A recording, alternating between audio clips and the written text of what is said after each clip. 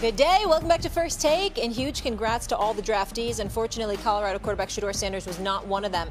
He was seen as one of the biggest wild cards entering the first round of the draft Thursday. Sanders, who had a prolific 2024 season, posted an all-time FBS record with a 71.8 career completion rate, was not picked during the draft's opening round, and now waits for his fate to be decided heading into today in the start of round 2. The Steelers passed Shedeur at 21 and took Derek Harmon, a D tackle from Oregon, instead.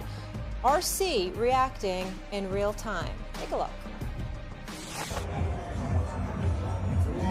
What the hell? What the hell? What the hell?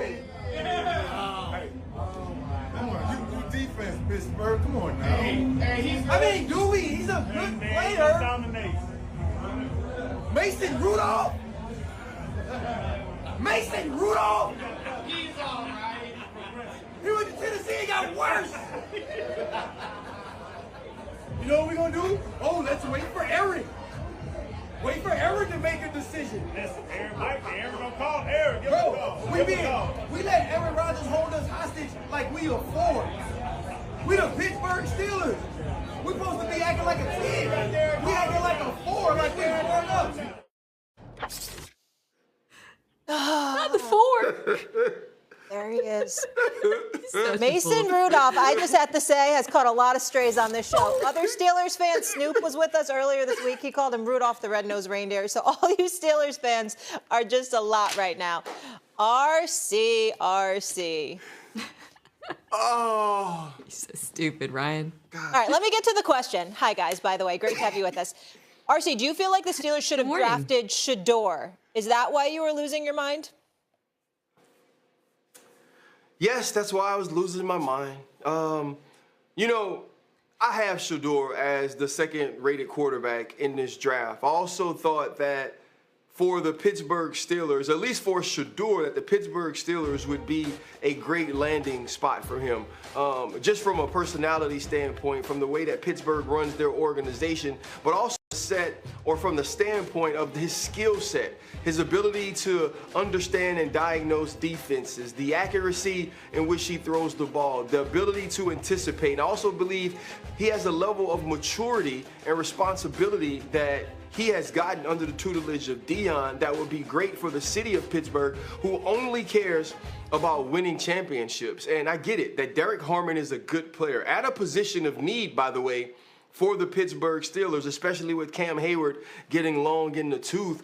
But to me, it was, if not now, then when?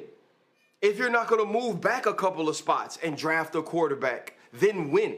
If you're Omar Khan, the general manager of the Pittsburgh Steelers, are we just sitting around expecting Aaron Rodgers to come save the day?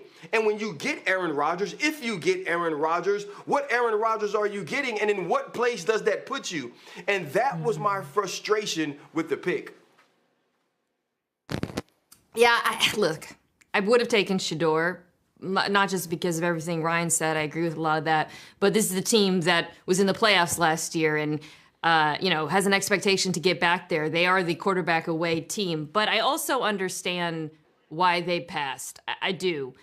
The Pittsburgh Steelers, not that long ago, spent a pretty similar draft pick on a quarterback for kind of the exact same reasons. Kenny Pickett, we talked about him in similar ways to how we talk about Shedeur, okay? He's competent, he's smart, maybe not the greatest set of traits, and the Steelers really needed a quarterback, and it just made too much sense. But then he hit a ceiling, and it didn't work out, and I have to think in the building in Pittsburgh, they looked at Shedeur and they said, are we really going to do the Kenny Pickett thing all over again and just take a quarterback because we have to? Yeah. So if they come out of this draft, maybe with a quarterback later, with no one, and plans to either sign Aaron Rodgers or bring in Kirk Cousins, I get it from a long-term perspective. And I will say this about the guy they took.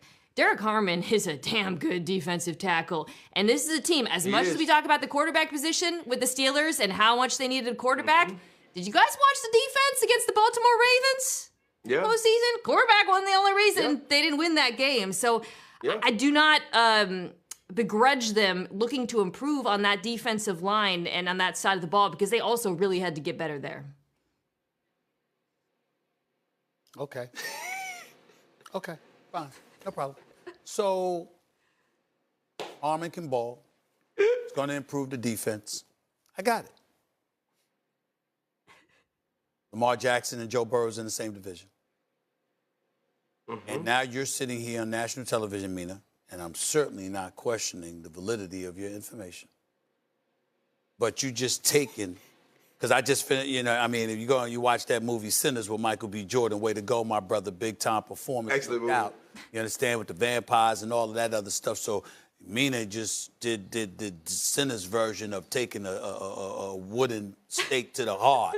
You understand, of steel hands everywhere, because what you're saying. I was wondering where he was going with that. So what you're saying is, what you're saying is that Kenny Pickett cost folks, Pittsburgh Nation, Steeler Nation, Shedeur Sanders. I mean, it's you're probably right.